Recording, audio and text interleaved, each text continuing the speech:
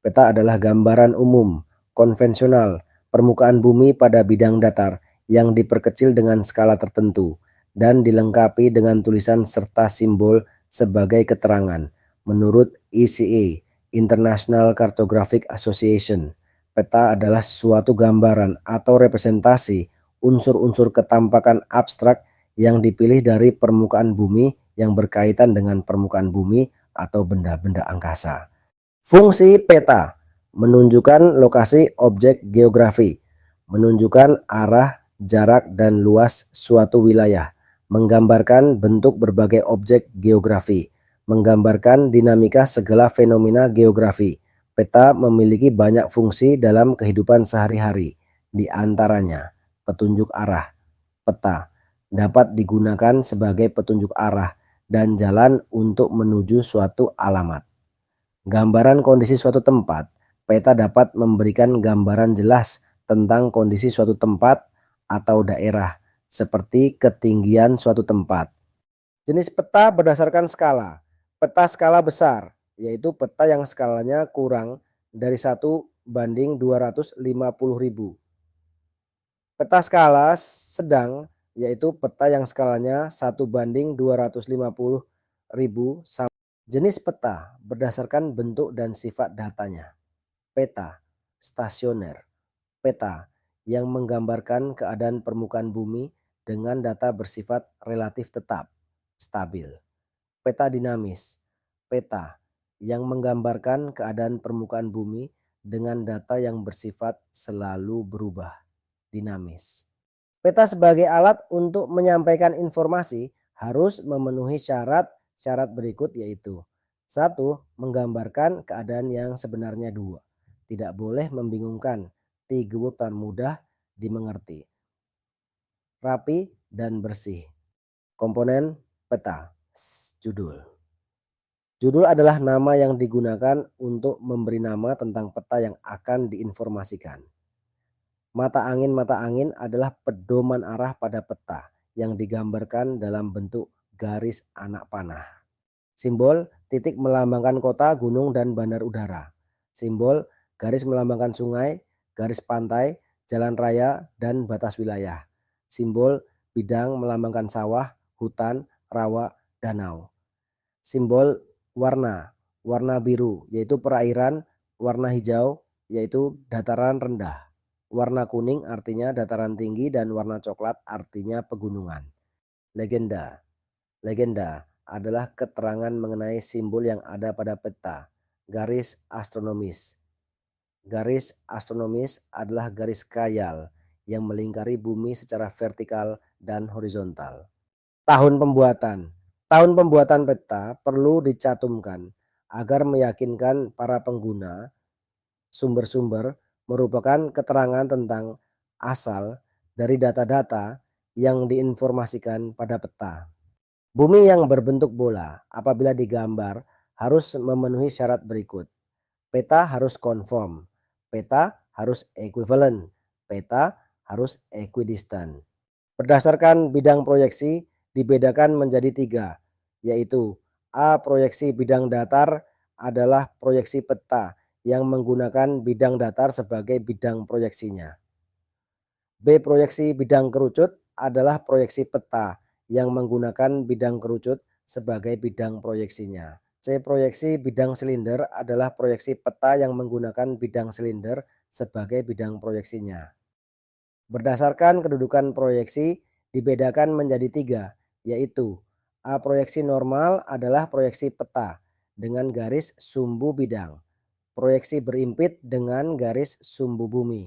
B. Proyeksi miring adalah proyeksi peta dengan garis sumbu bidang proyeksi memotong sumbu bola bumi dan garis ekuator. C. Proyeksi transversal adalah proyeksi peta dengan garis sumbu bidang proyeksi berimpit dengan garis ekuator. Teori lokasi industri. Teori lokasi industri adalah cabang ilmu yang mempelajari bagaimana memilih lokasi yang optimal untuk mendirikan suatu industri.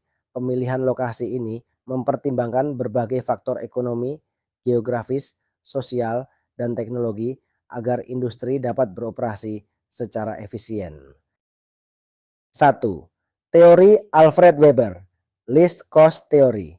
Teori ini menekankan minimisasi biaya sebagai dasar pemilihan lokasi industri dengan mempertimbangkan biaya transportasi. Lokasi dipilih sedekat mungkin dengan 2. Teori Loss, Profit Maximization Theory.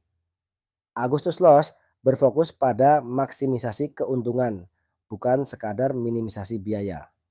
Teori ini menyarankan bahwa lokasi ideal industri adalah di wilayah yang mendukung penjualan produk secara maksimal dengan biaya serendah mungkin sehingga menciptakan zona keuntungan ekonomi. 3. Teori Hoover.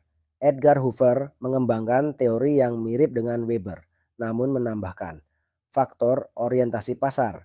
Industri tertentu lebih baik ditempatkan dekat pasar karena sifat produk yang mudah rusak atau mahal jika dikirim jarak jauh. Faktor teknologi. Kemajuan teknologi dapat mengubah cara pandang terhadap lokasi ideal. Teori lokasi pertanian 1. Teori von Thunen dikembangkan oleh Johann Heinrich von Thunen. Teori ini adalah yang paling terkenal dalam studi lokasi pertanian. Von Thunen mengusulkan model yang menjelaskan bagaimana keterangan P. Pasar cincin. 1. Pusat industri kerajinan cincin. 2. Pertanian intensif, produksi susu dan sayur-sayuran. Cincin. 3. Wilayah hutan untuk menghasilkan kayu bakar. Cincin. 4. Pertanian ekstensif dengan rotasi 6 atau 7 tahun. Cincin. 5. Wilayah peternakan cincin. 6. Daerah pembuangan sampah. Penginderaan jauh. Konsep penginderaan jauh. Penginderaan jauh adalah teknologi untuk memperoleh informasi tentang objek atau fenomena di permukaan bumi tanpa melakukan kontak langsung dengan objek tersebut. Teknologi ini menggunakan sensor yang ditempatkan pada wahana, seperti satelit, pesawat, atau drone. 1.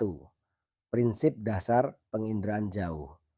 Penginderaan jauh bekerja berdasarkan interaksi energi elektromagnetik dengan objek di permukaan bumi. Prosesnya melibatkan sumber energi, biasanya matahari atau sumber buatan, radar, interaksi dengan objek. Energi yang dipancarkan atau dipantulkan oleh objek di bumi diterima oleh sensor. Deteksi oleh sensor. Sensor menangkap dan merekam energi yang dipantulkan atau dipancarkan oleh objek. Komponen penginderaan jauh. 1. Sumber energi elektromagnetik sinar matahari radar. 2. Atmosfer, medium, tempat energi bergerak. 3. Objek permukaan bumi yang menjadi target pengamatan. 4. Sensor, alat untuk merekam data seperti kamera atau radar. Wahana, platform tempat sensor ditempatkan seperti satelit atau drone. 6.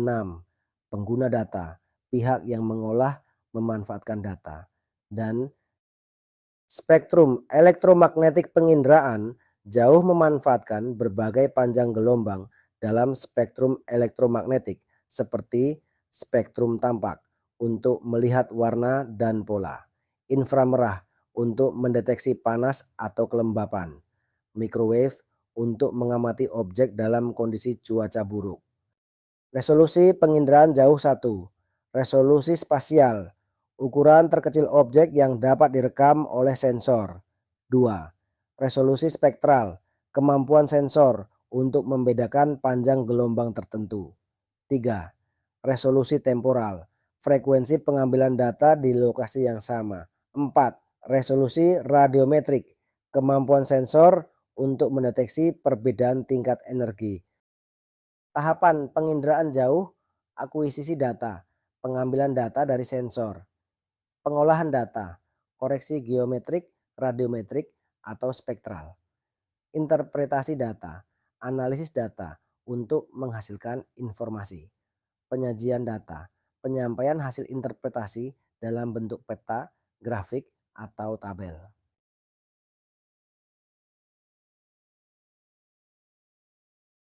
Sistem informasi geografis. SEG adalah sistem yang digunakan untuk mengumpulkan, menyimpan, mengelola, menganalisis, dan menyajikan data geografis atau spasial. Data ini digunakan untuk memahami hubungan, pola, dan tren dalam berbagai aspek terkait lokasi di permukaan bumi. Komponen utama SCG hardware, perangkat keras seperti komputer, server, dan perangkat GPS. Software, perangkat lunak untuk memproses data SIG seperti ArcGIS, QGIS, atau Mapinfo. Tiga data, informasi spasial berbasis lokasi dan atribut deskriptif. Data dapat berupa data raster berbasis grid atau pixel, contoh peta satelit. Data vektor berbasis titik, garis, atau area, contoh jalan, sungai, batas wilayah. Manusia, pengguna SIG yang mengelola, menganalisis, dan memanfaatkan data. Metode, prosedur atau teknik yang digunakan untuk analisis data dan penyajian informasi. Fungsi SAIG 1, pengumpulan data, mengintegrasikan data dari berbagai sumber seperti peta, citra satelit, atau survei lapangan. 2. Manajemen data, penyimpanan dan pengorganisasian data spasial dan atribut. 3. Analisis data, melakukan analisis seperti overlay, buffering, atau analisis jaringan. 4. Visualisasi, data, penyajian hasil analisis dalam bentuk peta, grafik, atau laporan. Prinsip kerja ESIG input data, memasukkan data spasial dan atribut ke dalam sistem. Proses data, mengolah data melalui manipulasi, analisis, atau pemodelan. Output data, menyajikan hasil analisis dalam bentuk yang mudah dipahami, seperti peta tematik atau grafik. Jenis data dalam SCG, data spasial, informasi yang menunjukkan lokasi geografis, titik menunjukkan lokasi spesifik, misalnya lokasi rumah. Garis menunjukkan jaringan atau koneksi, misalnya jalan, sungai. Poligon menunjukkan area, misalnya wilayah administrasi, kawasan hutan. Data atribut, informasi deskriptif tentang objek spasial, misalnya jenis tanah, jumlah penduduk. Aplikasi ESIG, perencanaan wilayah, membantu dalam tata ruang dan pengelolaan lahan. Kehutanan, pemantauan deforestasi dan konservasi. Pertanian, analisis kesesuaian lahan dan produktivitas. Transportasi, analisis jaringan jalan dan perencanaan rute. Mitigasi bencana, pemantauan risiko bencana seperti banjir dan longsor. Di kesehatan, pemetaan penyakit untuk analisis epidemiologi,